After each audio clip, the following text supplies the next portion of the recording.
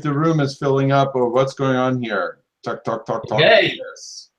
It worked. Hi, guys. Broadcasting. Hi, everyone. Say hi to us on the chat or Sean's here. Anson, Drew, yes. Michael, Ian, Lee. Awesome. Alex.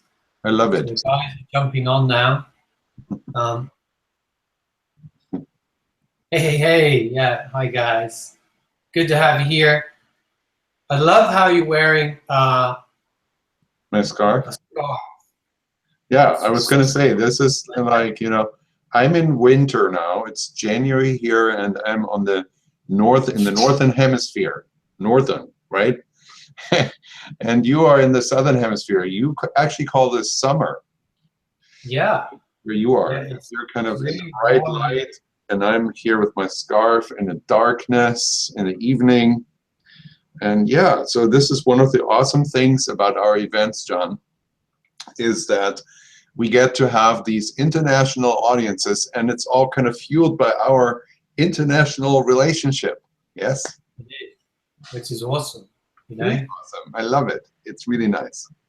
So you got Ryan, Leanne, Lewis is here, Alexandros, awesome, Jeff, Tom. 34 degrees. Welcome. Then Chris is here. It's actually 34 degrees here too, but Fahrenheit. Yeah, I don't know what it is here. I think it's about 38 here today for me in the Gold Coast. Oh, okay. So Melbourne is not where you are. That's right. Australia is not a small place. They have several time zones and different temperatures in different places. I got it. All right. So let's get into it. Let's share what we have in store for these lovely people. Should I share my screen? Yeah, we have a surprise guest as well. We have one of our students that shared some amazing results with us this morning. So if you see my recent post in the Trackify and Ecom Shopify groups, I've asked Lewis to jump on the call today with us just to awesome. Okay. Share that is awesome. His recent results, because more than anything else is to inspire others to That's exactly what is possible when they apply, take action, and implement, and implement what we're about to share today. So, is Lewis already on? Is he in the audience? He's in here. Oh yeah, I don't see him. He says hi. Awesome. He says hi. He's there, so you should be able to pick on him and open his mic up when we can let him share his amazing story. Awesome. Should we do that right off the bat? No, we will. Why not? Let's get him on now. Let him say hello to everybody. Okay. Let me see if he has. Let me see how am I going to do this. This is hard. I see him. Invite a speaker. There you go. Now what do I do? How does that work? Lewis, can you turn on your thingy, your microphone? You have a camera. Actually, you know what? I have never done this before on this platform, to invite a speaker. But you're invited. You invited a speaker. So how do I get you on, Lewis? Do you know, John? I'm a little. No idea. Is he on? I'm not quite sure. Hey, Lewis, do you have a microphone or something? How am I gonna? How does that work? Let's see what he says. He's here. Yeah, he is here. How the heck does that work?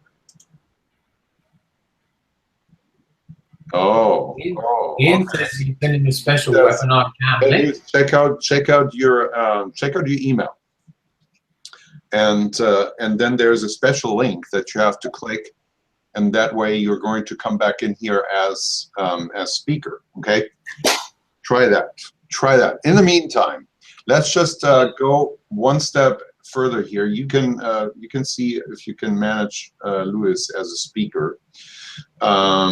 And I will share my screen in the meantime. Mm-hmm. Yes. Okay. Do you see my screen? Present to everyone. See it? Awesome. Yes, I can see it. Can you all guys see it? Give me a big yes if you can see it. Okay. So that we can ensure everyone can see what's going on. And looking good. Okay. Okay. So we're kind of standing by for Louis. Anytime he shows up, just let me know. Yeah. So here's our first. Let's just get going a little bit. We can fill him in before we really get going, right? I just wanted to tell you a little bit about really what we're going to talk about here. Preparing yourself for 2017. Here's what we're going to do today. How to crush the results in your business with a new rapid scaling system for 2007. So I don't know how you guys have weathered the storms or taken advantage of the huge opportunities that we had towards the end of the year in the holiday season. John calls it the silly season. We were able to scale several things enormously, and we had huge successes from our students, huge successes from our attendees from the previous events, which were in Los Angeles and in Frankfurt last year. And so from that, and also from our group coaching, there were some awesome results coming in throughout the holiday season. The holiday season is not without challenge. It's not like everything you throw at the wall is just going to automatically become a big hit, because there is heightened competition, okay? And so, you know, some people say, well, in the beginning of the year, January, February, things slow down and everything kind of changes and we have to regroup and rearrange everything. But that's not true either. So we're going to show you that as well. And we're really going to introduce the key components for 2017, go through the challenges, break through, weather the competition, set up your stuff so that you can produce winners and really scale them big time without, you know, timidly testing around. Timid testing, right? I'm going to have alliterations going on throughout my speech today. I'm like going to be so focused that I'm going to speak in poetry and alliteration. Okay, so new rapid scaling system for 2017. Who's ready for that? Give me a heck yeah, or, you know, whatever. A yepper, says Drew. Yep, says Michael. Yes, all good. Okay, that's the previous, right? That's from showing the screen. So who's ready for the rapid scaling system for 2017? Let me ask that. Yes, I know I am. I'm super excited about 2017. Yes, me too. We learned a lot. So Lewis said I'm back. Sorry guys, Google Hangout kicked me out. Well, can I see? Well, all right. I think I should be able to see him here as a speaker when he shows up. So let's see if you're in as a speaker. Mm-hmm. It should work now. He says it should work now. I think you still have the wrong link, my friend. You're still here as not as a speaker, I think. Let me. Will you come up as an admin or is there? Because no, I can only show up as a little window with a participant who can talk. You know, like you and I in the bottom right. Let me invite him as a speaker again. Just go back to your email and try to get in from there. Okay. All right. Next slide. In the meantime. All right. This is kind of like a little bit of a privacy revelation here, but we wanted to bring this in and you know, talk just a little bit about our background, John and mine. And John, you know, congratulations again here publicly to your brand new newborn. The little thing that Mackenzie holds there is actually not a dolly, even though it kind of looks like one. That's actually a real brand new baby. What was her birthday? The 30th of November, 30th of December. Awesomeness. So congratulations. Less than a week old. Just before the start of the year. So yeah, an amazing gift from God for us. That is absolutely amazing. So congratulations, everybody. Help me say congrats to John. And there on Thanks. the right side, that is my complete family, which is beginning to become a rare occasion. You know, this is our church visit for Christmas, and you know, all 7 of my kids are there. My oldest is 20, and my youngest is 8, and so everybody else is in between there. One of our old friends from California was saying, "So was Nancy taking the picture?" And I was going, "What? Does he not see her? What's going on?" My wife Nancy's actually standing over here, but she kind of blends in with the sizes of the other kids. So I suppose he was just overlooking her and not seeing her. So this is all fun. So we're kind of the old guys in this e-commerce space, right? Everybody else is kind of seems to be like the young whippersnappers going around that have like no background in anything. And here we are, you know, and surprised that anyone will still listen to us because, you know, we're the old guys in the industry. Right, John? There you are. Hans from Frozen has more siblings. What? Oh, yeah, right, exactly right. That is a funny remark there, Alex. That's awesome. Okay, so how are we doing with Luis? He says, can you give him the new link? Where do you grab the link? I'm not familiar with webinar. No, you click on the thing. You don't grab a link. You just click on the thing and allow him to speak. Invite him as a speaker, and that supposedly, according to Ian, sends out an email to the email that he's in with, and then he has to go back to that email and click that. That's supposedly how it works. No? Is it request to speak? Or is that broadcast question? Invite to speak. Let's try that. Request. Look at that. You request. Attendee. Return as attendee. No, I don't. I really don't know how this thing works. Sorry about that, guys. We need to prepare this better next time. See if he can come on, and in the meantime, we're just gonna kind of launch into stuff here. We'll get. You go ahead. Yeah, we'll do little breaks, and then we'll figure it out. So here's what we'll talk about today.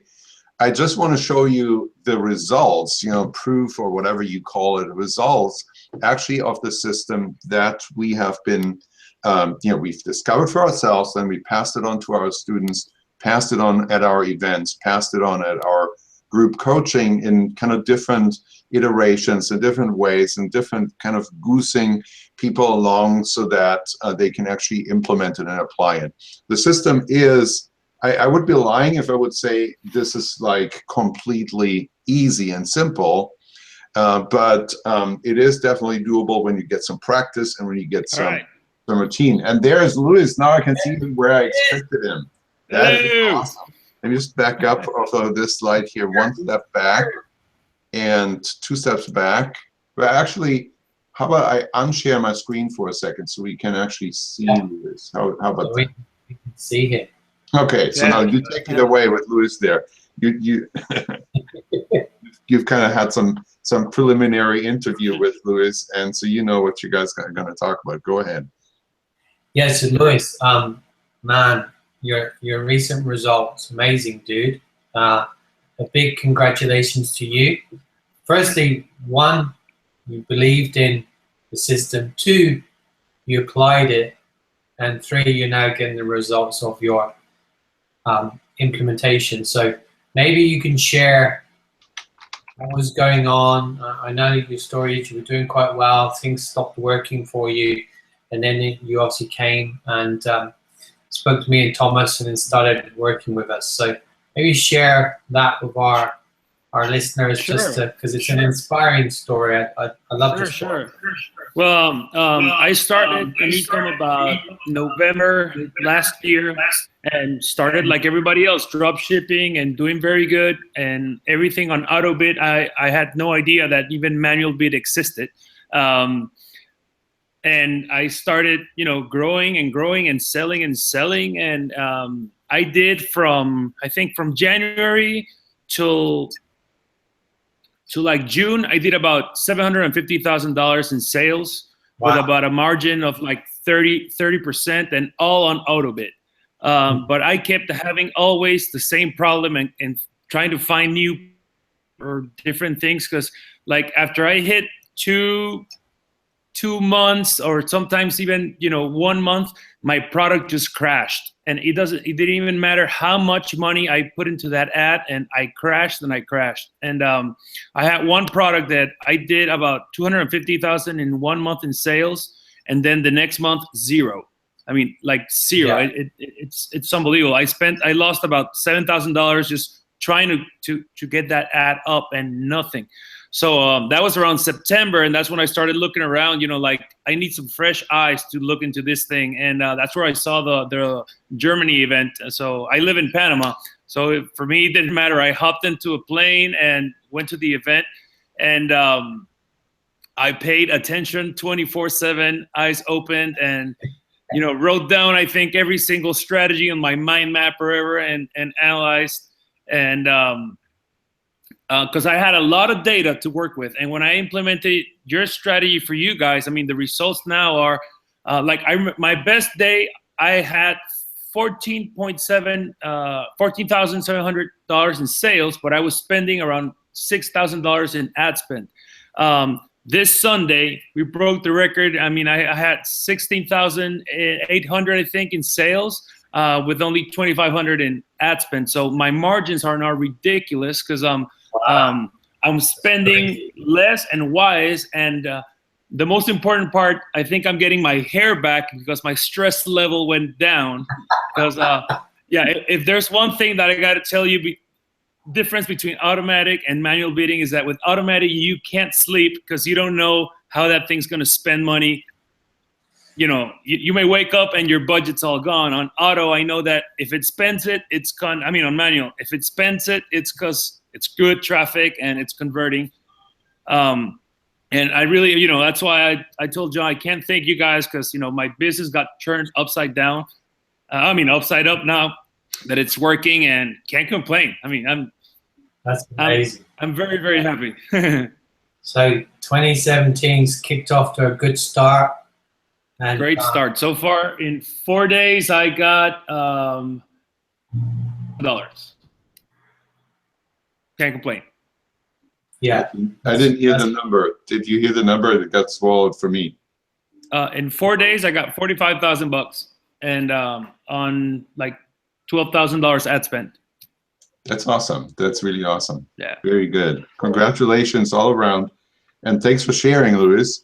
And thanks for coming on. Anytime. This is awesome. I got your back whenever you want it. Cool. Great. Thanks. That's a great story. And obviously, we love people to, take away from this teaching today. If they can join us at the live event, that's going to be awesome. But basically start implementing this stuff this year, because it works. Thomas, so let's show these people, Okay. Let's get back. What Luis to this goes stuff. among all of our other students. And guys, Luis is one of many, many, many, many students who applied our teachings last year and who are getting great success. So, we'll show the event page and some of the screenshots we got. I had a new one today of a guy who attended our LA event, and we'll probably share that screenshot at the end. It's just come in this morning from our student, so I'm going to share that at the end to show you what's possible, what he's managed to do with a one product store in less than 2 months and 7 figures. So we'll get into that a little bit later. Awesome. Okay, so here we're back to our family shots. By the way, I just wanted to say a warning. It is now just about ready for bedtime here, and there is some chance that you will hear noises that don't belong exactly into a webinar. So if you hear anything, it's because of these guys there in the picture. All right, just so you have orientation in case you hear some strange sounds going on here in my background. So I apologize for those in advance. But there you go. That's goes to show that we're live and in color here, and everything is just as it happens. Okay, So let's get back into this here. What are we talking about? This here are the results. So we already heard from Louis. These here are different results. So somebody here says, I reached 10,000 yesterday. You can publish that too as a testimonial. Well, there you go. So this is just after the Frankfurt event happened, right? So here's some testing and experimenting going, and then bam, here happens the big scaler, and it's awesome. How did you do it? Winner product plus 10 ad sets that reach different audiences. And the most important thing that I learned in the VIP sessions, video ads. So that's a different one, right? Awesome. So all kinds of different strategies come together here, but we're going to show you all of it today. Here's proof and result number 2. You can see here's a little hint. There's a pretty high budget for a single ad set, and there's a pretty darn low bid, and that is a manual bid sitting right here. And here you can see the amount spent and the track, the reported conversion value is quite awesome. You know, typically our reported conversions are in the ballpark of between 70 and 85% of actual conversion. So there is actually more revenue here in the Shopify store than what you see here.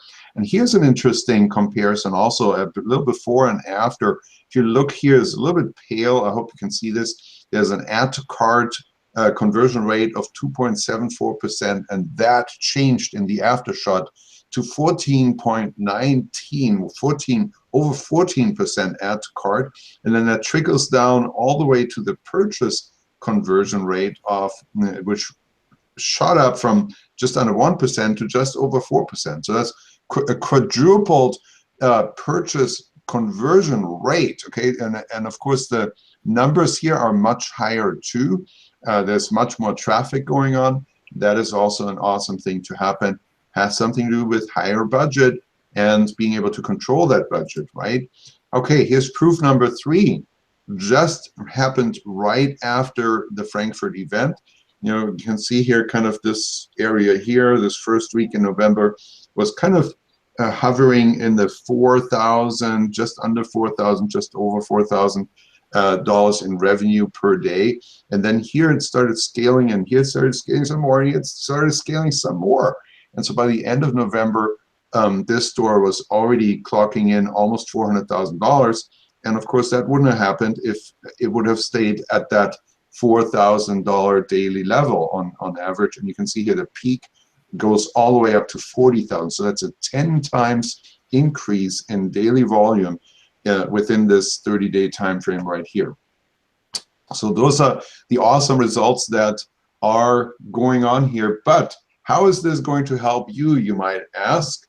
Well, here's how. No matter what you're doing right now online, this is actually these strategies. Most of the results that we're showing you are applied to e-commerce, but we have applied the similar results also to all kinds of other online businesses and online businesses that you can grow with these strategies. So can use these strategies and exactly what we're showing you today to grow your business and really explode things. And this is not just Christmas and holiday and crazy season. What do you call it, John? A silly season. Silly season. Yeah, that's it. It's not just a silly season phenomenon, and I'll show you some more proof of that in just a minute as well. And so here we go. So are you ready to find out more, guys? Give me yes, yep, or show me that you're alive and still awake and not asleep yet. Are you ready? Are they ready? Is anybody ready? I have to go over to the chat and figure it out. What time do you start? Well, yeah, so this is all awesome stuff. So Alex is ready to find out more. So let's go. Take these action steps right now, okay? Prepare and make sure that you know, we can really focus on this, even though you might hear background noises that come from my family members, but don't enhance them with additional distractions on your end. So turn off your phone, take away all the distractions that you have in your daily life, even the social media streams that you have usually going on in the other window. Close it, close the tab. I read in the Tools of Titans book, one idea is that there's an app that's called Freedom app. It's a Freedom app. You set the Freedom app to however many hours you want to work in focus, and it blocks off your internet access and completely turns off any distractions. It's an awesome idea.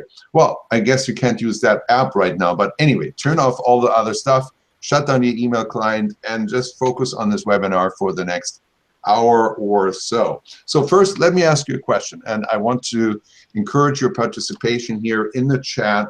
Let me ask a question first, and then later on you can ask your questions as well. So what do you think are the biggest mistakes that people make when they're building their Facebook ads to increase their business and to scale? What do you think are the biggest mistakes that people make? Go put them into the chat, and we're going to watch a little bit here and read some of your comments and your guesses. Or, you guys have running businesses, right? You have stuff that is going on. So you don't just have guesses, you have experiences, and you know what you're talking about. So give me some stuff here. Tarsier says, not letting the ad run long enough. Awesome guess. Yes. Chasing sales with bad campaigns. Awesome, Drew. That is really good. Not optimizing, Andre. Yes, exactly. Setting the budget too high or too low to start, Leanne. Yes, too high. I have to see about that. But too low for sure. I think that's a mistake. Audience, says Matt. Bad copy, says Ernest. Not testing different ads and split testing your stuff, says Leanne. Yes. So all of these are awesome guesses. Let's see. Do we have anything else? Sean says tiny budgets. Absolutely. I agree with that too. So all of these are really, really, really good guesses, really good. And, this is really a kind of a leading question, but at the same time, it's an open-ended question. And let me just go through a couple of the things that I think are big mistakes. Big mistake number one is copycat marketing. And you know what I mean by that is that you basically really just copy the same lame stuff that a bunch of other marketers are throwing up there, and are just, you think you see something that looks successful to you, and you don't analyze how old the results are, or what really is behind that, or how much success there really is in terms of sales, not just in terms of maybe shares or engagement, but how much results are there actually right now. And people are kind of underestimate sometimes. Sometimes it comes from listening to old courses when they're no longer current. And over the past 2 years, there have been so many changes in Facebook. You just simply can't just look at something that's 2-year-old or 1-year-old or 6 months old or sometimes even 3 months old and just throw this up against the wall and think you're going to be successful. Well, you're not. The competition is greater. There's demand for more originality. People know stuff, have seen stuff that has already been done. And so what really counts on social media and on Facebook here is originality and coming up with your own ideas, coming up with your own positioning, and don't just go around and copy other stuff. Not even current stuff. Even current stuff, if it's already out there, get your own twist and make up your own product or make up your own design that's a spin on something that you think is really good, but don't just copy it and go for it, okay? So otherwise, you'll spend money and you scratch your head, you think, wow, these other people look that they're so successful with the same thing, and why can't I make this? What's the point? Well, the point is that you're copying something and you don't know exactly what's behind the success that you're seeing with other people. Okay, so that is one mistake. Mistake number two, not using all of the test data. So many times, even in the questions in the group, in the Trackify group, in the eCom Shopify group, and of course also in our group coaching, in our support group for the coaching students, so many times people say, so I have this campaign here, and I've been running it for 3 days, and I don't get any purchase, and so now I don't get any sales, so I'm just going to pause it. Or sometimes there were some people that sometimes say, well, I ran this and I spent $25 and I didn't get any sale and I just turned it off. You see this so many times, and it's just like it's cutting yourself out of the game and out of the loop if you do this. If you just only look at conversions in terms of purchase and not using all the other steps. I have this video that we have it in the knowledge base, in the Trackify knowledge base, and also in the Trackify group. This video that shows you exactly how to set up your Facebook reports. I don't want to go over it right now, but you can just easily find that both in the knowledge base and in the Trackify group. Just showing you how to set up all your report columns so that you can see step by step from the link click to the view content to the add to cart to the purchase, all of the data, how it spreads out, how it increases, how it goes from one step to the next to the next to the next. And when you look into this test data, you can analyze and you can learn where your downfall is, where the problem is, and then you can tweak it. Tweaking and improving a campaign is really the key to making things work, and not just saying, well, this isn't working, off next. This isn't working, off next. This isn't working, kill it next, right? That is a big mistake. Okay, and then yes, number 3, that is my favorite pick, number 3 mistake. That is scaling too soon. So a lot of times, people get like, 1 sale, 2 sales, 3 sales, and then bam, they want to just, duplicate the ad sets, put up more ad sets, make more, and raise the budget if they started with a small budget. And a lot of times that is just a little bit too soon and not giving the Facebook algorithms enough time to kind of kick in and do their thing. And when you scale too soon, too fast, a lot of times you go through the audiences too quickly and you don't give them a chance to really get some virality going and some organic traffic, and that is also a big mistake. All right, so did we get any more mistakes in the chat there? Any more guesses, any more analysis on that? Let's see. Yeah, it makes a lot of sense. Wrong targeting, of course, that is a big one. Wrong targeting is kind of difficult, hard to tell. But again, you'll see that when you analyze all your data, you can tell what's wrong with the targeting and go to the next one or tweak it. All right. Okay. Awesome. So let's go one question further. And again, this is here.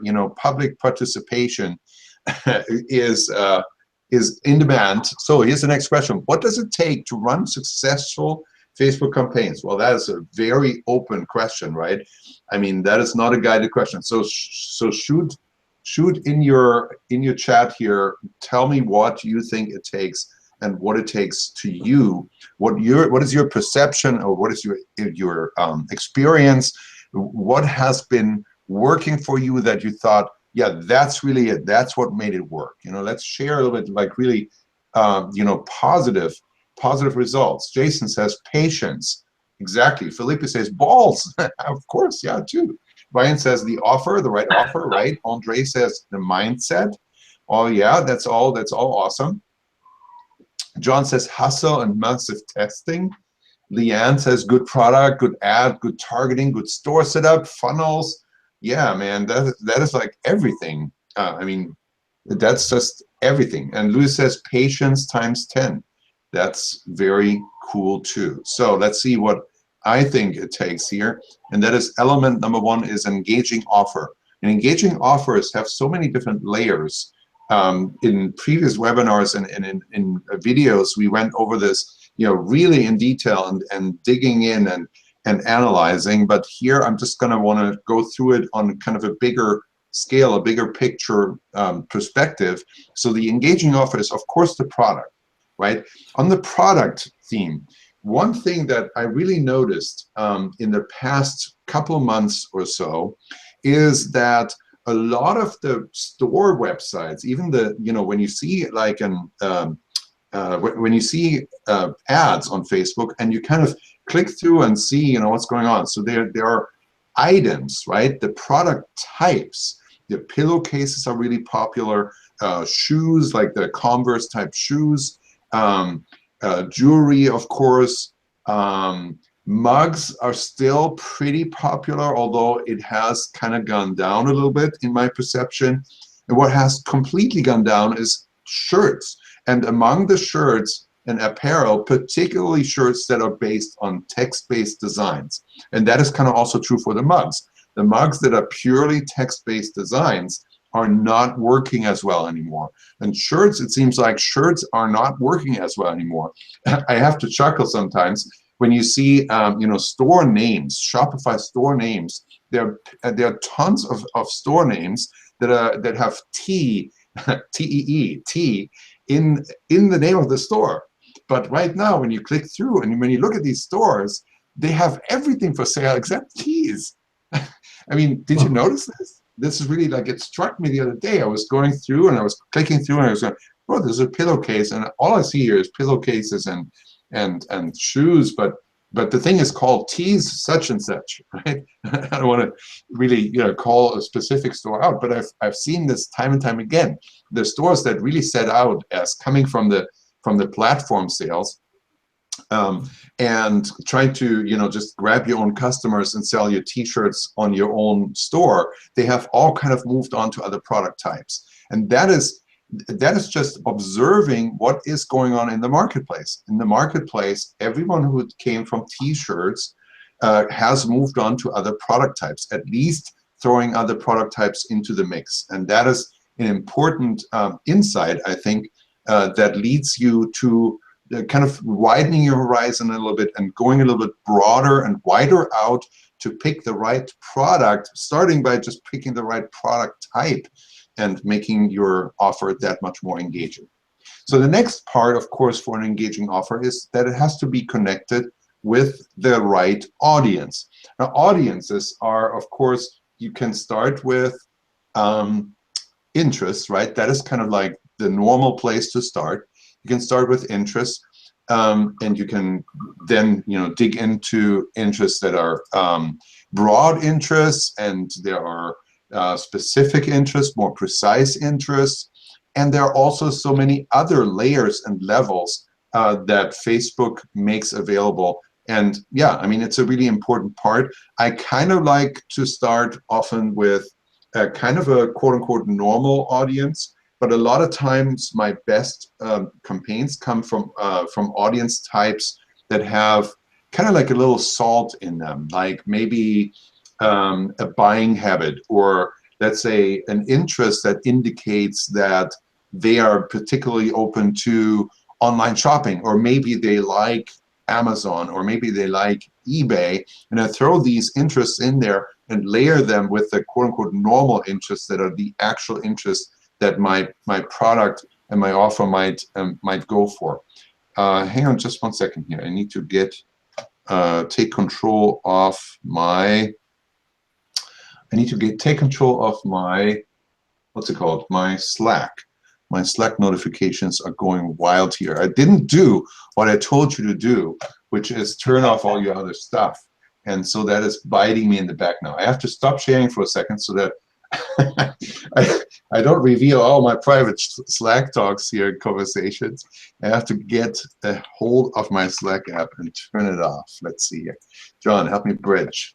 Give me some audio. Give me some loving and background noise and comments. You take care of that. All right. You take care of that. So yeah, so guys, what we're sharing with you is the same process, the same methodology that we're going to be teaching in depth at our next event, okay, which is in Singapore. Okay, so you heard from Lewis, and there's many others on our event page that details exactly what's going to happen for our live event in Singapore. Lewis and many others came to the last one. We had one in Germany, in Frankfurt, which was amazing. And previous to that, we had one in LA. And then previous to that, we had one in Dallas, which amazing 3 events that we put on last year. And me and Thomas haven't been to Singapore, so and so many people asked in our groups and by email and personal messages, can we come over to that side of the world? So we're excited to put it on there, and we can't wait to. Yeah, it's gonna be awesome. I'm really excited.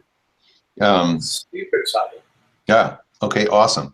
All right. So let's continue here. I think I got my Slack reined in, and I turned off my Skype already before and my Facebook, so I don't think we're going to have any more pop-ups going on here that reveal my private life to you. So let's keep moving here. So element 2 is the engaging offer is the audience, of course. Now let's continue. So the offer itself, engaging offer, the offer itself. So what I mean by that is how the actual offer is framed. You know, I don't know if you go, you can see this in retail stores as well, even offline. You know, anything that is a special offer, that's a special deal, that's a special positioning of whatever it is that you're selling is what makes it sell better, right? And now offer, what most people think when they hear offer is, well, it has to be some sort of discount. Now, is that true? Do you always think discount when you hear special offer? Well, a lot of times we have found that when we actually increase the price and put it into a certain perspective with other products that were going on, then it actually worked better than if the price was lower. You know, I had one store in the Christmas season where we ended up positioning kind of package deals, and we started the package deals out by raising the price on the individual product and then putting the packages together so that the package deals were framed as discounts off the original price. But number one, there were actually people still buying the individual product, even though we increased the individual product price by 50% of what it was before. And we had still good conversions from people that purchased just a single item of that product. But then we also put package deals of the same, so that means multiple of that same product also into the product page and made that kind of upfront, hey, get a little bit more and save type of offer, right? So it's very special. It's like positioning the product as higher value by raising the price and then offering discounts on buying multiple of the same one. And we had kind of put that into actually the product configuration itself. We set it up so that we actually created variants that had multiple items. So it was like 3 buy 3 pay for 2, buy 5 pay for 3, or you know, if you say the other way, buy 2 get 1 free, buy 3 get 2 free, buy 5 get 5 free, and so we had to actually put this into the actual product pages and frame these package offers by starting out with the higher price of the initial product itself. Okay, so this is kind of like, just to give you an example of kind of an out of the box thinking about how you position your offer. And that works well. Of course, you know, there are other ways to position your offer as free plus shipping, or free shipping, normal price but free shipping, or, you know, think out of the box, and all kinds of special offers can work. So the point here is, as you can make your offer more engaging by making it special. But special doesn't necessarily mean you have to discount it. You can also just position it in a special way. For example, the way that I just gave you the example. So the element number 4 of an engaging offer is, of course, the ad creative, which means that is everything that contributes to the way that the ad shows up on Facebook, right? So that means, of course, the ad image, what size, what type, how the image is taken. It's maybe taken, you know, not just the normal standard product in front of a white background, but maybe there's something special to it. Maybe there's a background. Maybe the image has a frame to it that draws more attention. Maybe the image is a little bit crooked over to the side so that it stands out more in the newsfeed. Okay, maybe the image is not an image. Maybe the image is a carousel of multiple images. You know, there were some really creative ads, carousel ads, when Facebook first launched the carousel ads, where the items in the carousel, the individual images in the carousel, were completing each other to a larger picture. I thought these things were really creative. So stuff like that can work. Or then, of course, going completely out of the box and doing a video offer or a video ad, like we had in one of the example proofs or example results that we showed you earlier. Okay, so also there, think out of the box. In the beginning of this kind of e-com craze with platform selling on Teespring, it was a lot of times that the product itself kind of sold itself, and it mattered little to none what you put in the description of the ad. Right now, we're experimenting with longer form copy in the ad itself, a more engaging, more appealing, more pre-selling the item can sometimes work. And at other times it works with a very basic description text, and just let the image itself sell the product, or the video itself sell the product. So the ad creative is another important thing. And now, so let's get away from engaging offers. These first 4 elements were just about the offer, and 5 is now really about using the leverage that Facebook offers you by using the full feature, the full bandwidth of campaign optimization. And I think that was one of the elements that people mentioned in the comments when I asked the question, but it's also really being aware of how deep that is. Campaign optimization is kind of, sometimes it's just like this thing, this cliche, but you can dig deeper into that and analyze and become aware at how many different levels Facebook campaign optimization is actually active. So for example, in the campaign structure, let me just give you one example. In the campaign structure, right, you can go away from this old habit, from the old way of putting one campaign, one ad set, one ad. If you just vary that by, for example, putting 3 ad sets in there into the same campaign, and let's say in each ad set you put 1, 2, 3, 4 different ads, different ad creatives, maybe even different products, and that gives Facebook way more kind of substance to mill on, so that campaign optimization can happen on all kinds of different levels, where you see, for example, on the ad level, you can see that one product or one of the ad images might win, or maybe 2 win at the same time and really stay in the race head on head, and just the change up of the images is making things work better rather than just having one image there. On the ad set level, you can see that the results are going to be different from one ad set to the next, and that not only helps you see that, oh, there's something working over here that isn't working here, so why is it that that is working and that is not working? And so it helps you, number one, see that there is a difference. Number 2, just seeing the difference enables you to recognize why the difference is there, and that leads to more understanding, and that leads to better campaign management, because now you know how to look for differences, what to look for, and how to come up with ideas of why these differences are there in the first place. Okay, so leveraging Facebook's campaign optimization is this world of different ways that all of a sudden you can see the results and see what's going on. So campaign structure is important there. Campaign objective, what objective for the campaign you choose, is actually very important, and it's awesome that the different campaign objectives exist, so that you can actually optimize the campaign for different aspects, and thereby increase your reach, layer your audiences, dig into different layers of the same target audience, so that you can get more reach and you can get cheaper traffic, get less costs on the per 1,000 impressions. You lower your cost for the link click. You get more people to recognize your brand. You get more people to come closer to your store. Then you get more people to actually optimize for the purchase, who are ready to purchase, and you can optimize those campaigns and those audiences and those layers of the audiences better for the purchase, and therefore the purchase optimized ad sets start working better than they did before if you don't use this layered campaign objective structure.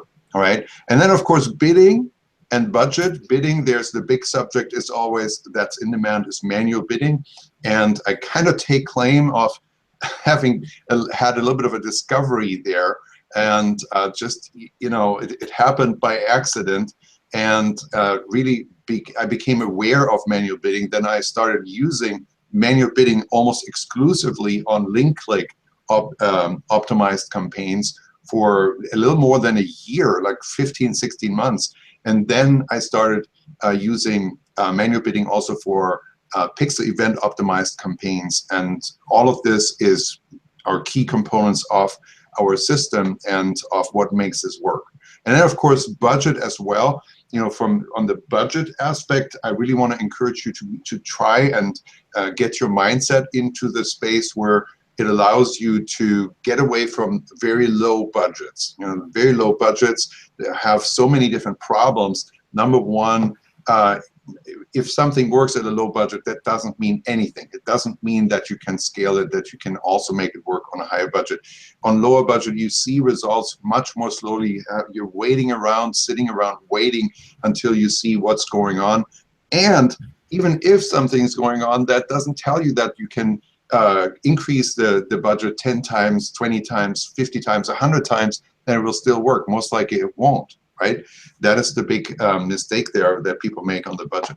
All right, so what we're going to tell you about today solves the mistakes and ticks all the critical elements that we just mentioned, and it will allow you to start, build, and grow your business with Facebook ads so much better in 2017. So what is this system? Well, let me just go through 3 steps that you can implement, and it really doesn't matter what type of business you're building. You know, you might build just a classic online store on Shopify, e-commerce. You might build a mall-style store where all kinds of niches are combined. You might build a store that is specifically going after a certain niche. You might just build a system that is based on funnels.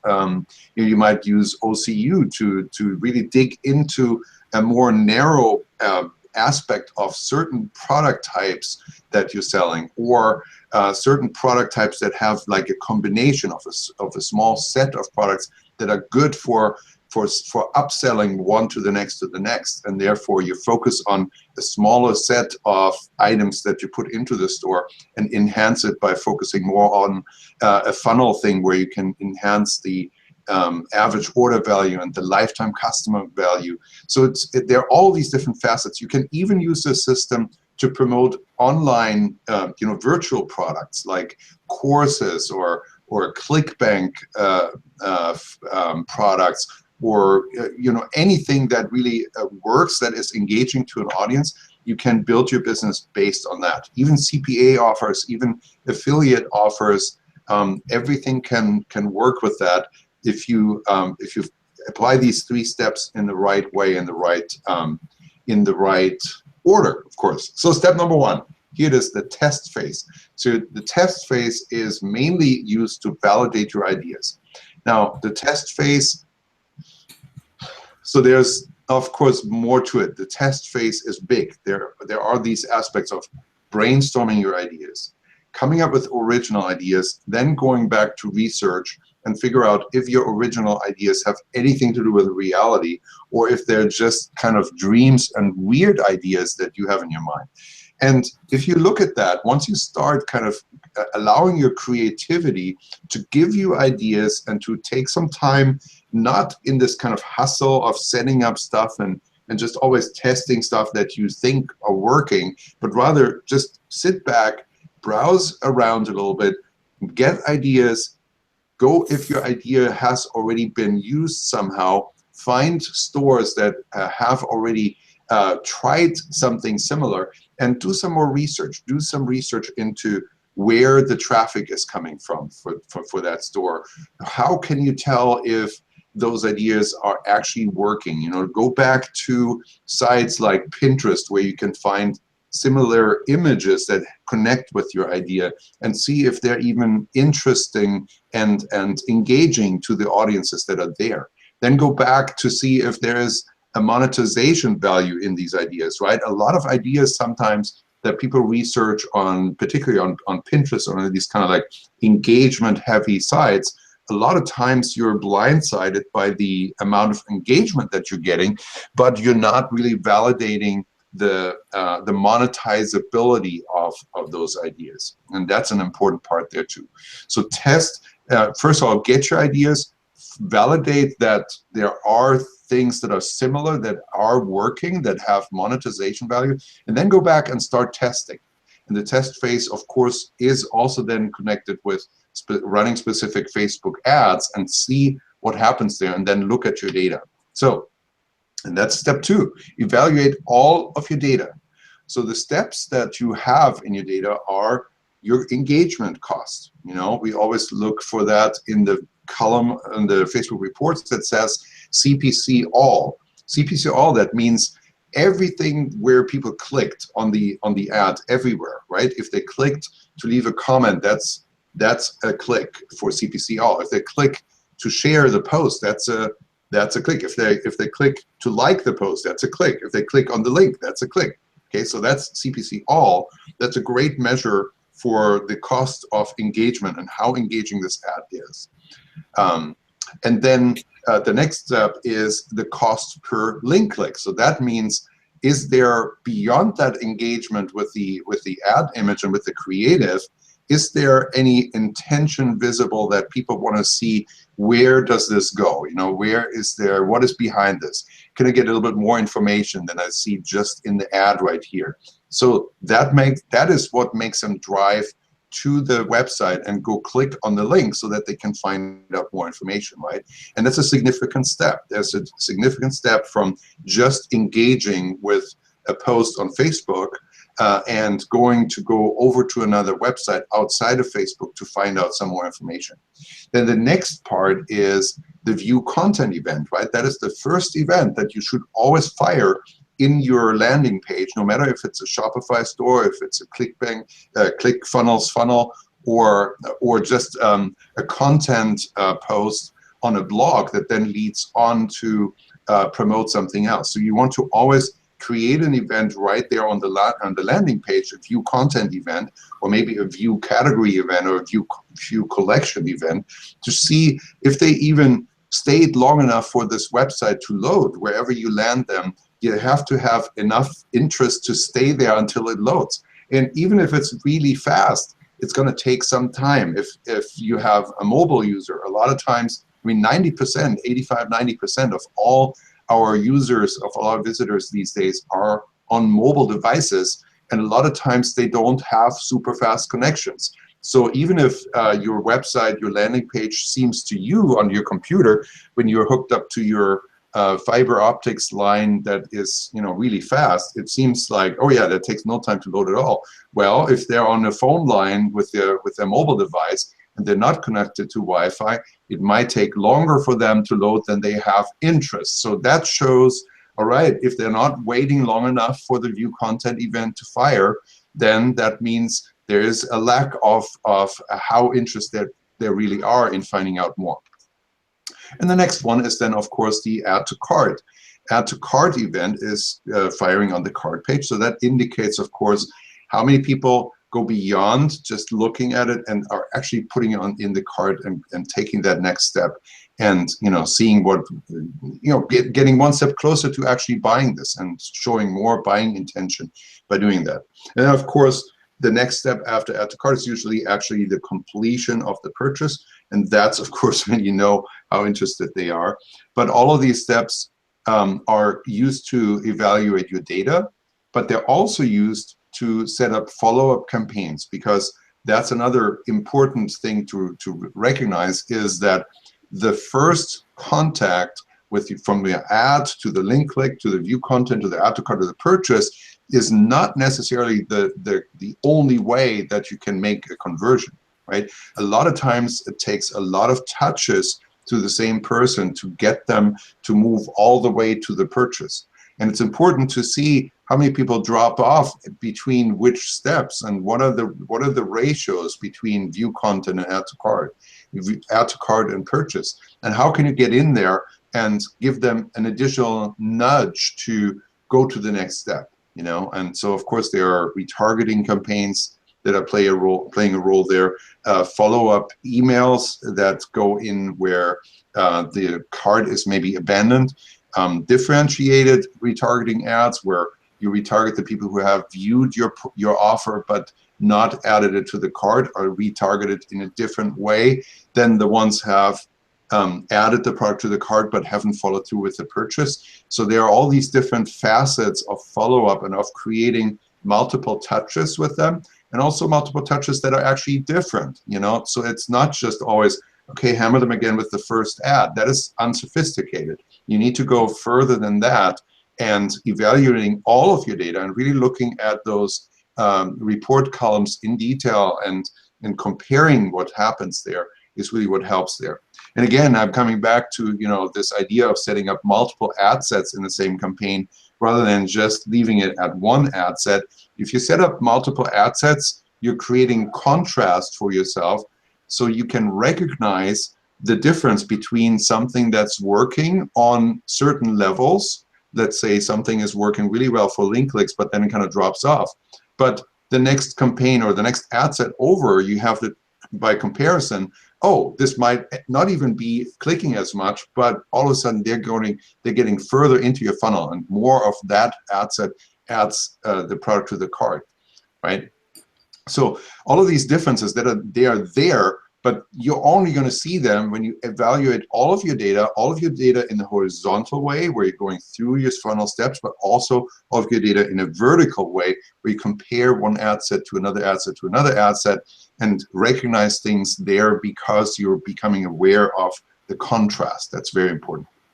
Okay, step 3, manage your campaigns and scale the winners. Of course, you know, it's always managing your campaigns. That means distinguish between the ad sets that are working, the ad sets that are doing you know, kind of in between, and the ad sets that are duds and that are not working at all. So that's where we come in with this mistake where we just spend too much money on an ad set that is clearly distinguishing itself as a loser, because we're kind of believing in this myth of Facebook making everything better, you know, by optimizing whatever started as crappy as you can get. Well, somehow Facebook will magically optimize this and turn it into the big winner if we just spend enough money on it. It couldn't be further from the truth. That is not how Facebook optimization works, right? And so distinguishing, again, by comparing multiple ad sets, by comparing multiple campaigns, by comparing different aspects of the creative elements that you've set up there, you can recognize that, yes, this one looks totally like a winner. And you go, yes, this one has some good elements going on there, but it doesn't quite make it. So how could we tweak that? How could we improve that so that it becomes a winner, not by Facebook optimizing it by us throwing more money against the wall, but rather by us going in there, you going in there and making optimization steps by changing elements and by tweaking things, by changing the audience combination, by changing just the way that the product looks, by changing the ad image, by changing the ad type, sometimes by changing the way that you bid. Even the placement, you know, if you include Instagram, for example, as a placement, a lot of times you can dig in there and see distinct differences between placements and adjust there, make adjustments there so that you can improve it and make a campaign that is kind of like in the middle or not even looking so great, and make that and turn that into a winner.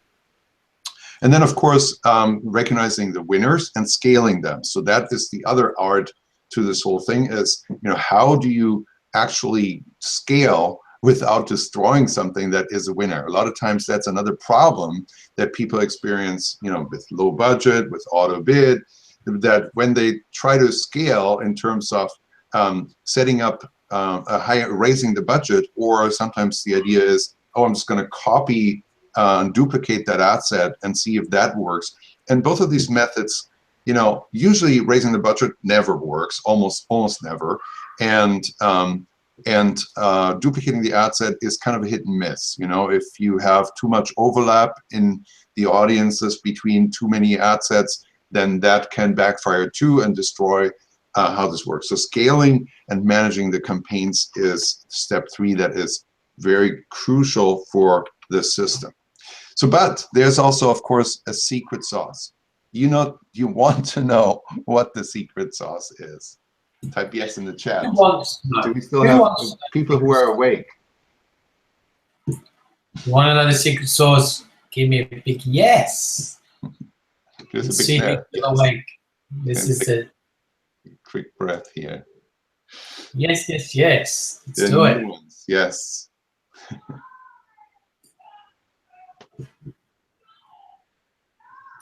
All right, awesome. John, I saw you were typing away there. Were there a lot of questions that you were asking or answering, or are you working on your next funnel and applying my new secrets? Exactly that. Actually, I'm actually putting in a special screenshot into the webinar that we're going to share as we get to the end. Okay. Well, let me know when I need to refresh my slideshow.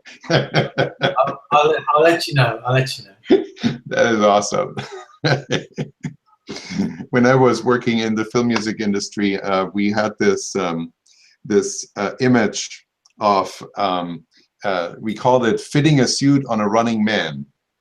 Yeah. That is because the film editors kept changing the cut of the picture until the very last moment when it was mixed and all put together. And I was working as a music editor, and so we always had to retailor the fit of the musical cues so that it still matched the picture, right? So that the hits hit where they were supposed to hit and stuff like that. So this kind of reminds me about that. I'm the running man, and you're fitting the suit on me. As I'm running. All right, let's get into the secret sauce. Our secret sauce is, let's see, is there something? So generate rapid results. In order to generate rapid results, you need higher budgets. That is important. You have to get over your fear of high budgets and fear of overspending. And I can tell you what your fear comes from. Your fear comes from auto bidding and trying to raise the budget. Luis mentioned that in the beginning. He said, if you run on auto bid, you can't sleep at night, because if you have your budget's high and you're running on auto, you never know if that optimization algorithm works in your favor or if it's expired and it doesn't, and it just spends your money. Because the truth is, the optimization that happens when you have run a campaign on auto bid is that Facebook will spend your entire daily budget every day. That is the optimization. That is the most important criteria of Facebook's optimization algorithm when you're running stuff on AutoBid. It is. There's proof in so many ways, in so many layers. I can give you, hot tips of how you can prove to yourself that the only thing that matters to Facebook on AutoBid is to spend your daily budget. There are these nice examples where you set up a campaign and you kind of hold it back, and you don't let it spend anything for half a day, and you go, oh yeah, this is awesome. Now, I want to really see how Facebook's optimization works. And you crank up the bid. Let's say you release that backed up budget late in the day, and all of a sudden you allow Facebook to now spend it. You'll see that the budget that you have backed up there will get spent in the next 15 minutes. It will give you absolutely zero result. That is one great example for how auto bid is really just optimizing for spending your entire daily budget. So high budgets, that's where it is. So Facebook can optimize. Facebook can optimize on higher budgets better than on lower budgets, because Facebook's algorithm works by getting data that you want to optimize for. Now, when you optimize for purchase events, which is when you have an audience that is ready to buy, then optimizing that audience for purchase events is the best way to get purchases. There's no question about that. Add to cart optimization works too, because everybody who wants to do a purchase has to put the thing into the cart, and so they have to fire add to cart events. And so that's why add to cart event optimization works too, but purchase optimization works even better. Two important criteria for that. The audience has to be ready to purchase, more ready than not, otherwise purchase optimization doesn't work so well. And the second criteria is that you have to create enough purchase events within the time frame that the optimization period is set. There is this optimization period is now you have a whole bunch of different choices there in most accounts. It used to be just 1 day, It used to be nothing, and that meant just 1 day at a time. Then they came out with setting that window and giving a choice between 1 day and 7 days. Okay, so now we're looking at 7 days of events, 7 days of events to optimize for, and that's better than 1 day almost all of the times. But now you have additional settings available. I usually just keep it at 7 days because that's kind of like, that's the right amount of events that you want to look back at, particularly when you generate a lot of them. So, you know, there are some specific numbers that we can go over, but let's just, you know, push on here. I think we're already pretty deep into the time here. Let's make sure that we get through everything. So high budgets, so Facebook can optimize. High budgets because high budgets generate more data faster, and that gives Facebook more data to optimize, and therefore optimization is optimized. Optimization works better than if you just generate very slow trickle data. All right, and the next one is, of course, if you run high budgets, you need to protect yourself against overspending. Okay, daily budget, when you set the daily budget to a low amount, of course you don't overspend, because if you set the budget to $25, you can't spend more than $25. That's fine, that's wonderful. And if your, you know, if your tolerance is like that, then that's fine. Now, your tolerance might not be at $1,000 a day without protecting you against overspending with that. Luis said it in the beginning, like, when you set a manual bid there, that is what, so that's the next bullet point right there, is manual bid control. That is the only other way that you can protect yourself against overspending, because you can prevent, with manual bid control, you can prevent that the entire daily budget is spent unless the criteria of the traffic that you are getting and of the impressions that you're getting actually matches what your condition is. So if you set a manual bid, then the criteria has to be met by that bid. Otherwise, you get less traffic, and that means you spend less. You get fewer impressions, and that means you spend less. You actually reduce your cost per 1,000 impressions with that as well. And also, when there's a fluctuation throughout the day, where at some times of the day you get cheaper traffic than at others, that also plays into that, where manual bid control helps you protect yourself against overspending on the daily budget. So that is the secret sauce. Generate rapid results, use high budgets so Facebook can optimize better, but protect yourself against overspending by using manual bid control.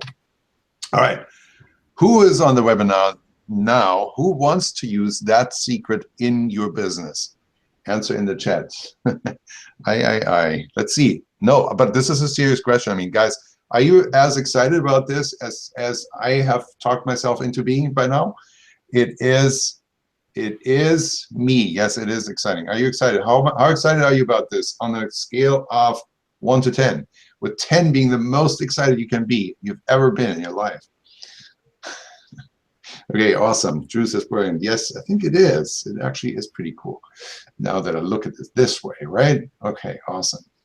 Secret sauce is paying for training. Yeah, well, no, I mean, you can do it yourself. You can absolutely try this yourself. There's so much information about manual bidding there in the Trackify group. You can absolutely go out to the Trackify group, and I think there's a post by Frank Keeney about manual bidding. He has since he tried. He joined us as a guest speaker because he has this awesome Amazon business. He joined us as a guest speaker in Los Angeles at our event, and you know, that's really where he listened to our content and listened to the manual bidding strategies, and then later on he tried it, and he said, so I wanted to try manual bid, and what I did is I just set aside 3 hours or 4 hours of my time, and I looked up manual bidding, and there were tons and tons of posts in the Trackify group, and I read every single one that I found there, and then I started implementing and trying it out myself, and it worked like gangbusters for him. Then he has another 3 or 4 posts there where he put a lot of details of how he did it, And then there were tons and tons of comments and questions, and he answered every single one of them and really gave a ton of detail. And those posts are all there. So if you look and search the Tractify group for manual bidding, you can absolutely find those and try it yourself. So, but who wants to use it in your business? So remember, this is proven. And I just want to give you a little reminder here that this is the exact system that generated these results, these proofs. These are proof that this system, exactly as I laid it out for you right now, is actually working for our students, not just for ourselves. We've really made a point out of presenting you here only our students' results, because everybody can always say, hey, this is my results, and this is awesome, and this is how awesome we are. But that's not our pride here. Our pride is that we have been able to come up with a system that we can transfer to somebody else by, teaching them how it works. And, some people like Frank even figured out how it works by just using the free information. And other people figured out how to use it by coming to our events or attending our group coaching programs. Okay, so these are the results here. That exact system that I'm showing you created these results and these proofs. Now, this is one of the most awesome ones right here. John, what dates were the event dates in Frankfurt again? Was it at the, I don't quite remember. It was like the last week or the second to last week in October. Anyway, it was just right before this screenshot here. The screenshot is coming straight out of the Frankfurt event. The student, the owner of this particular store here, attended the Frankfurt event and then started applying, started putting the pieces of the puzzle in place and got these results. Now, disclaimer, this is not a brand new store, but still, this is brand new, applying the system of going 10x from the beginning of November, first week of November is around $4,000 here per day in revenue.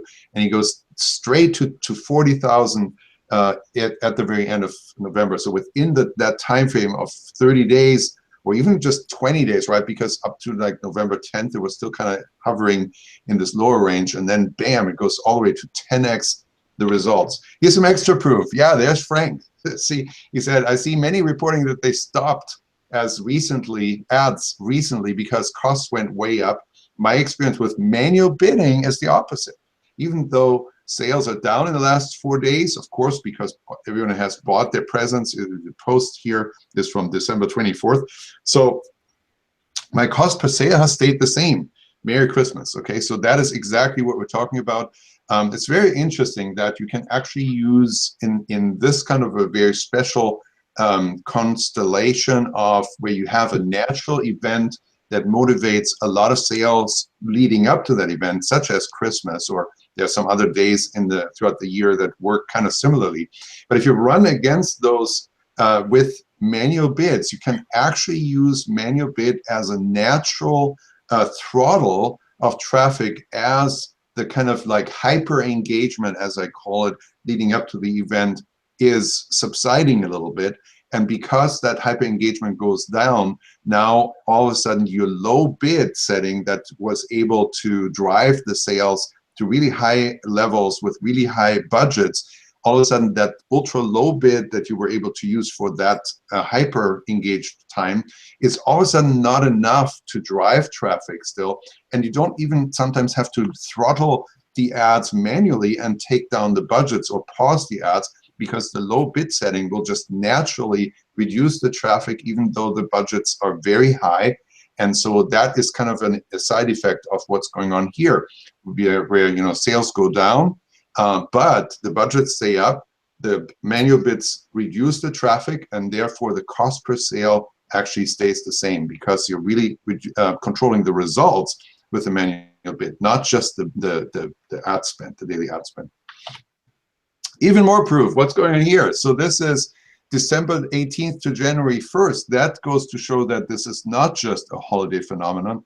The holiday really cut off time for most orders that need to be actually delivered and possibly even made before they can get delivered is this kind of last week leading up to December 24th to 25th to Christmas.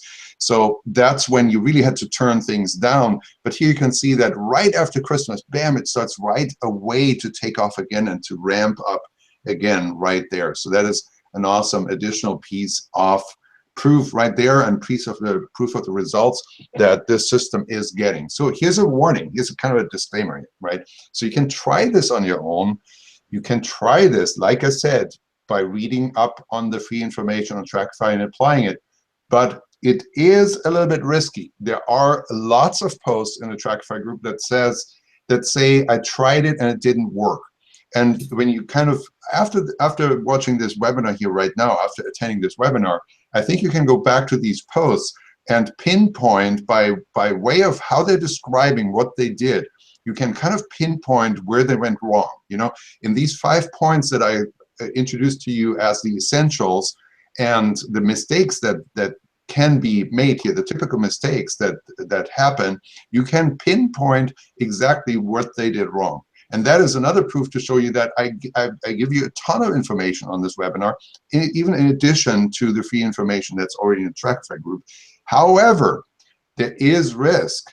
And if you try it on your own, make sure you're trying it at your own risk only, because the system with the manual bit is really comparable to stick shift driving a car. And when you're not used to that, you don't know what's going on, and you don't know why it is that the engine howls, and you do a pop a wheelie, or you spin your wheels and you slide and you do kind of all kinds of swervy stuff, or you might actually just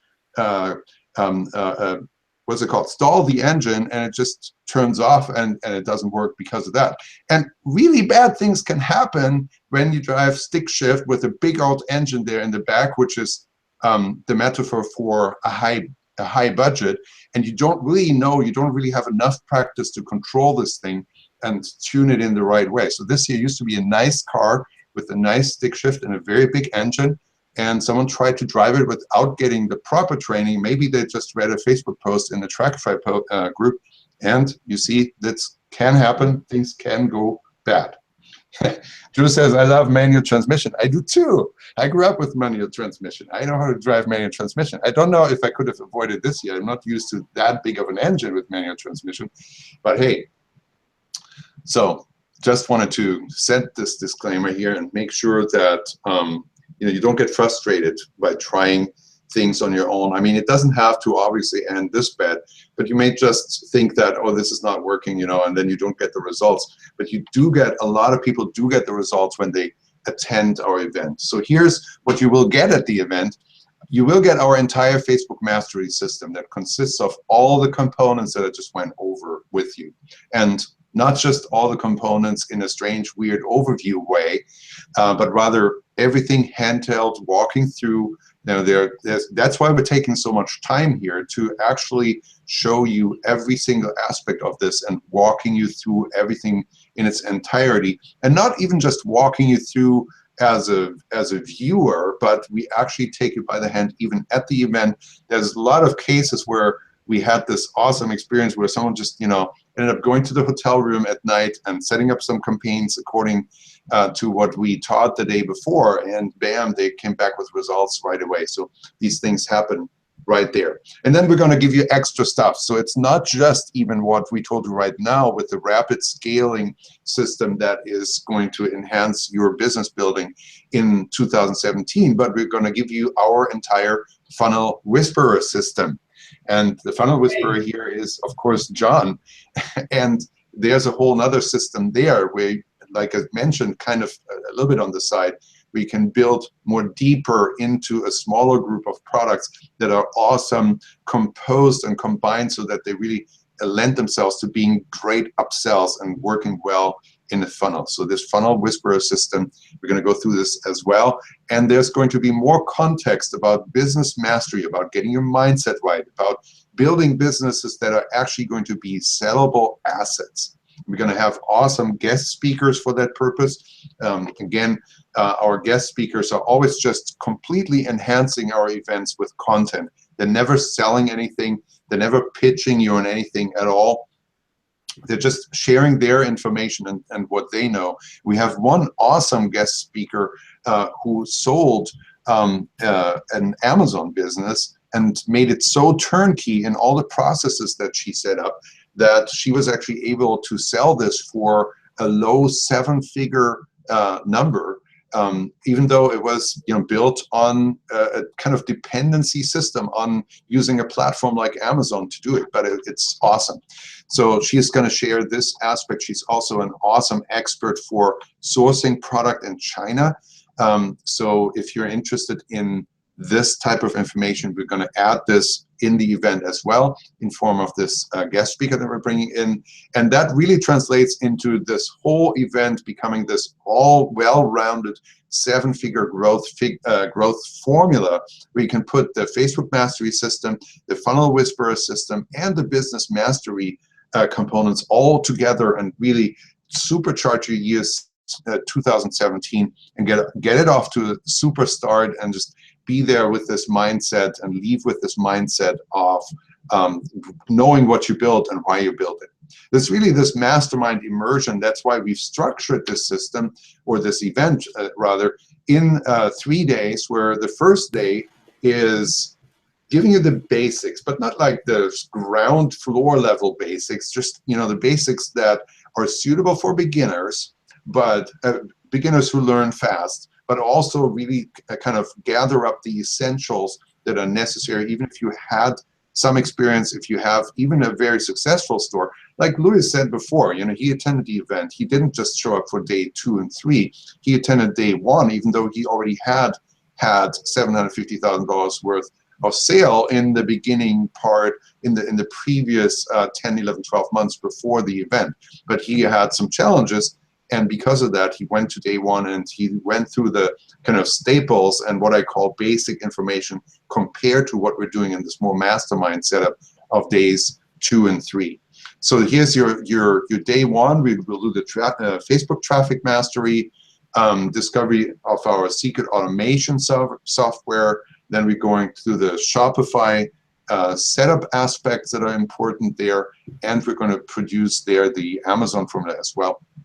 And then we're going to have some awesome time networking with everyone who is going to attend day 1. On day 2, we're getting into mastermind mode. So here it becomes more intimate, more, really connect with everybody who is able to stay there for all 3 days and who is committed enough to learn even more and get even into more depth of all the information that we have there, and really learning the systems, learning the handheld implementation workshop. Here we have a component here with the live implementation workshop. John is going to go all the way through the seven-figure funnel mastery, the Funnel Whisperer system.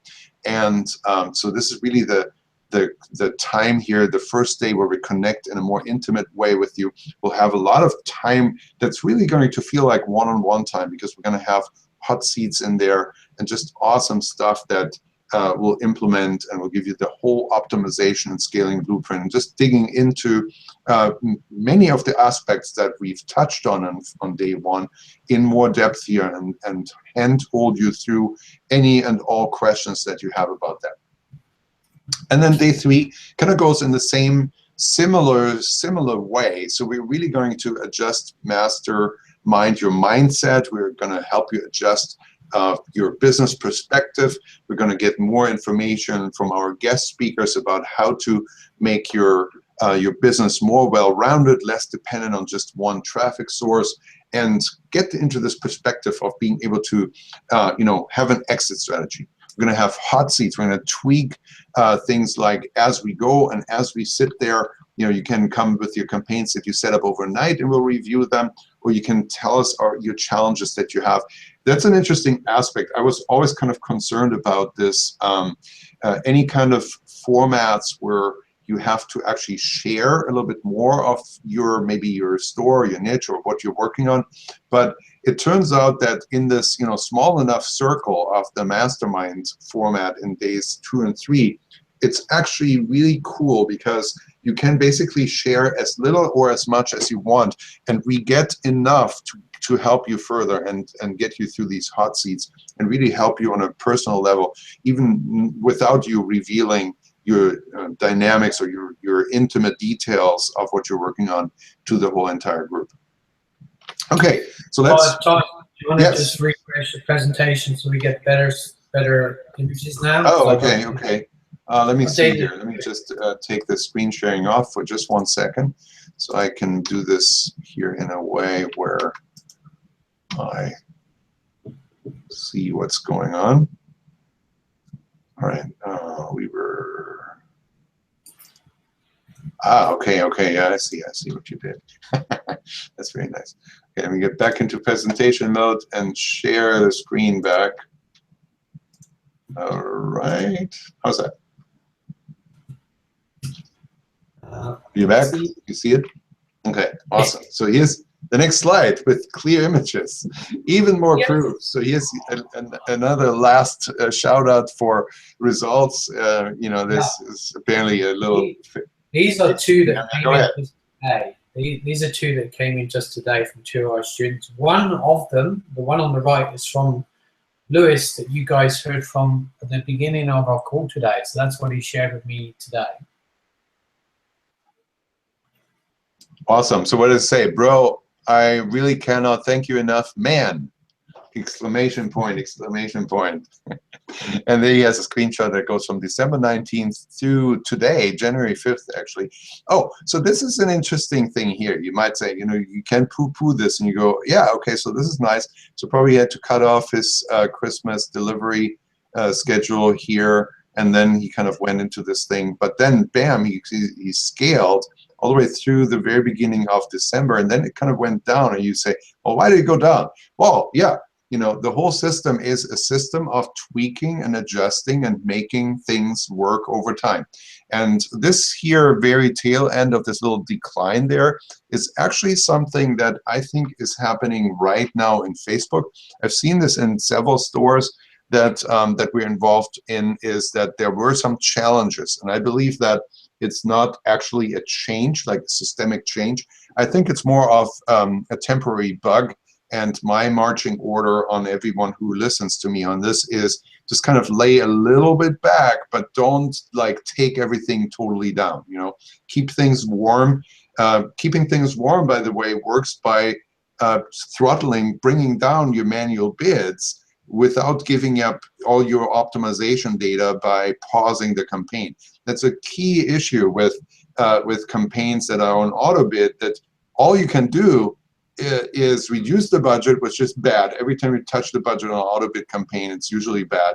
Or the other thing you can do is pause the campaign, and that kind of knocks out all your optimization algorithm and just, you know, throws you into where it's even harder to start up on that again. And it certainly isn't an easy thing to just, you know, turn on again and at the same level and expect the same results to just kick in right away. But that is the case with manual bidding. If you have manual bidding in there, you can just reduce the bid to where you get only really choice beef, the choice traffic through the door that protects your ad spend and gets you the conversions that come in at the good values. And maybe you reduce traffic, but then you keep the campaigns warm, the ad sets warm. And so when Facebook's kind of like restless period there kind of smoothens out again and everything goes back to normal, then you can just raise your bids again and get more traffic, allow more traffic through, and to protect your campaigns. And they're actually going to work much longer that way than they would otherwise. So this is an awesome little kind of a little side note there. And then the other one, who's that? Hey man, yeah, I had some really nice days, couple of 8,000 plus and one over 9,000. Last few days have been slower. Bits seem to need to be changed. Haha, so I'm learning. Okay, so again, there is again kind of that. Is that also from today, John? Yes, it is, yeah. Yeah. Okay, good. Yeah, so same kind of phenomenon, but trust me, this will all be fine. You know, if you have a thing like that, that doesn't mean at all that your business is now ruined or your campaigns are done. Your products are, you know, back to square one. No, no, no. This will all be fine. In a few days, this will all be back to good. All right. Now, what's this? This is a ton of video testimonials that are on the registration page for. I got something to add. One of these people gave me the next screenshot today. His updated stats from today. So one of these guys attended the event. They applied the Funnel Whisperer strategy business and they started a one-product store and made a massive difference to their life. So one of these people on here is a testimonial from the event, and he's gone on to scale amazingly through the methods that we share. So I won't give his name away because he doesn't want to be inundated with PMs, but if we go to the next slide, we'll see what he shared with me again this morning. Oh, wow. That is awesome. Look at this. Fitting the suit on the Running Man. This is a good thing.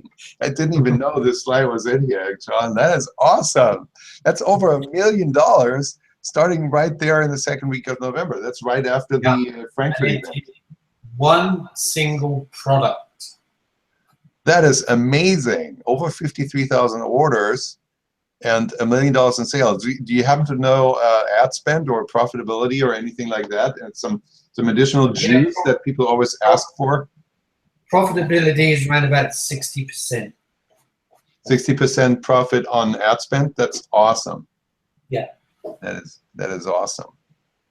Very nice. Okay, so that is congratulations there to whoever that is, and nice little exclamation point on results improve at the very end. So here we go. This is our call to action to join us at our Singapore event.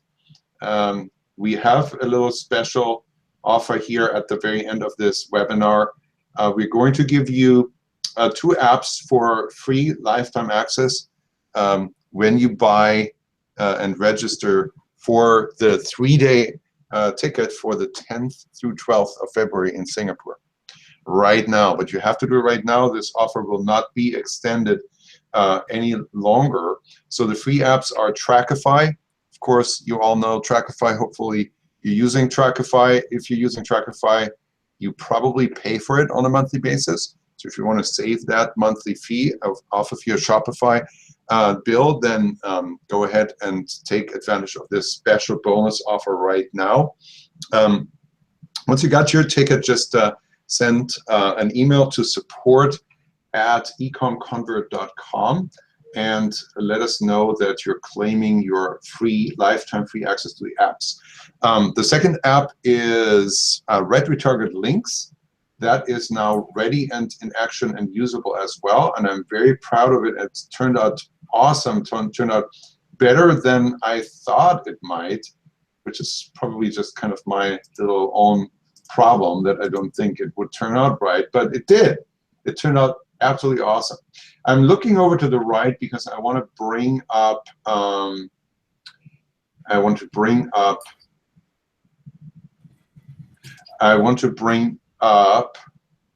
no, this is a wrong offer. This didn't work. That is not good. Hang on a second. Let me see if I can I should create one on the fly. I just want to make sure that you have access here to, well, you know what, let's just post the link in the chat. And John, can you just type the link in the chat? Just go to ecomconvert.com, and that is our registration page. It's also there on the screen. So you can just type it in or click on the link in the chat that John is posting. Yep. So do that. And so yeah, so a little more about Red Retarget Links. It's an app that you may know because it used to be a WordPress plugin, and you had to like copy your links from the product. So what it does is it creates a short URL that you can use in your posts. And what that URL does is it has some internal life to it that can actually put UTM tags for Google Analytics into the redirect steps so that you can tag your organic traffic with UTM tags so that you can recognize the organic traffic by post when you look at your Google Analytics stats. And that is awesome because that's not all, because now you can also very simply, very easily put just a couple of different UTM tags into each ad in Facebook.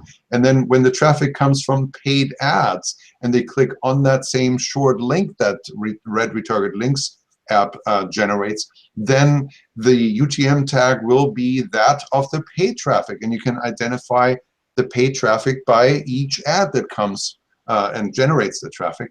And again, you can then, if the post is shared or someone comments on it and it has some organic distribution and someone clicks on the link, then it'll be tagged as organic traffic. So you can distinguish all organic traffic by post and all paid traffic by ad. And it's very simple. You just access and generate the links directly from your product pages in Shopify. And it's just like a one click and all the internal tags are done. And then you copy that short URL and put it into your post, into your ad post. And then you just do one little more copy and paste, and you have those 2 extra UTM tags ready to go for the ads. You put in your ads as you create your ads, and bam, you're ready, and you're up and running, and you have way better tracking for your organic traffic, and you know way more about where your sales and where your traffic is coming from. So that is also going to be free to you. Lifetime free access today, and today only, when you go ahead and purchase a 3-day ticket for the Singapore event right now. So go ahead and do it. What else is there? This is the last slide in our presentation, John. Do we have anything else to say here? Do we have questions? No. Comments? Since you guys want to, get on board, learn this stuff. We can help you. So basically, come and join us at the event. It's going to be awesome. I'm so excited to be in Asia. Like, the closest I've been, or I have set foot into Asia, but it was just like where the Bosporus is, and the Isthmus of Corinth separates the European part of Turkey from the Asian part of Turkey. That's as far as into Asia that I've been, because I grew up in Germany. I went on a vacation there with a tent into Turkey.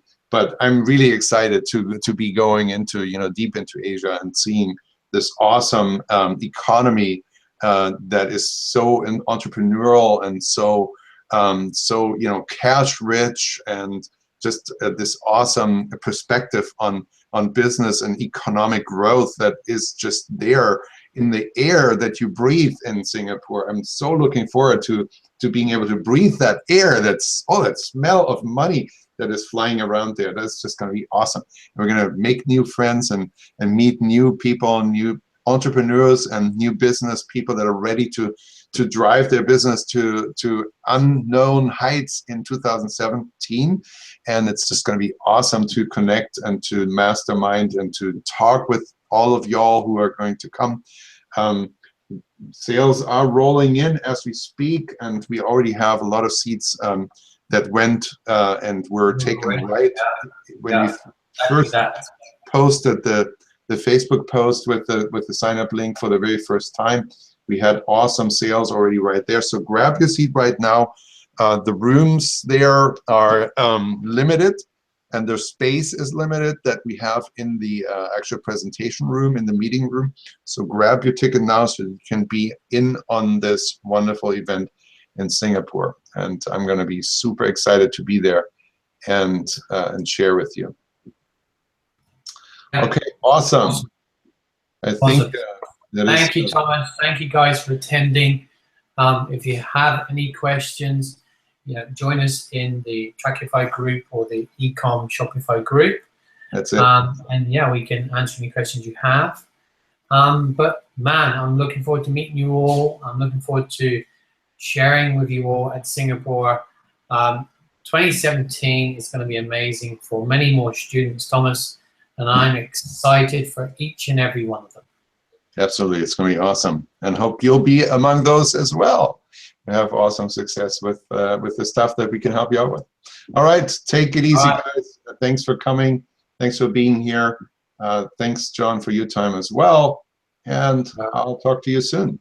All right. Okay, guys. Bye. Bye.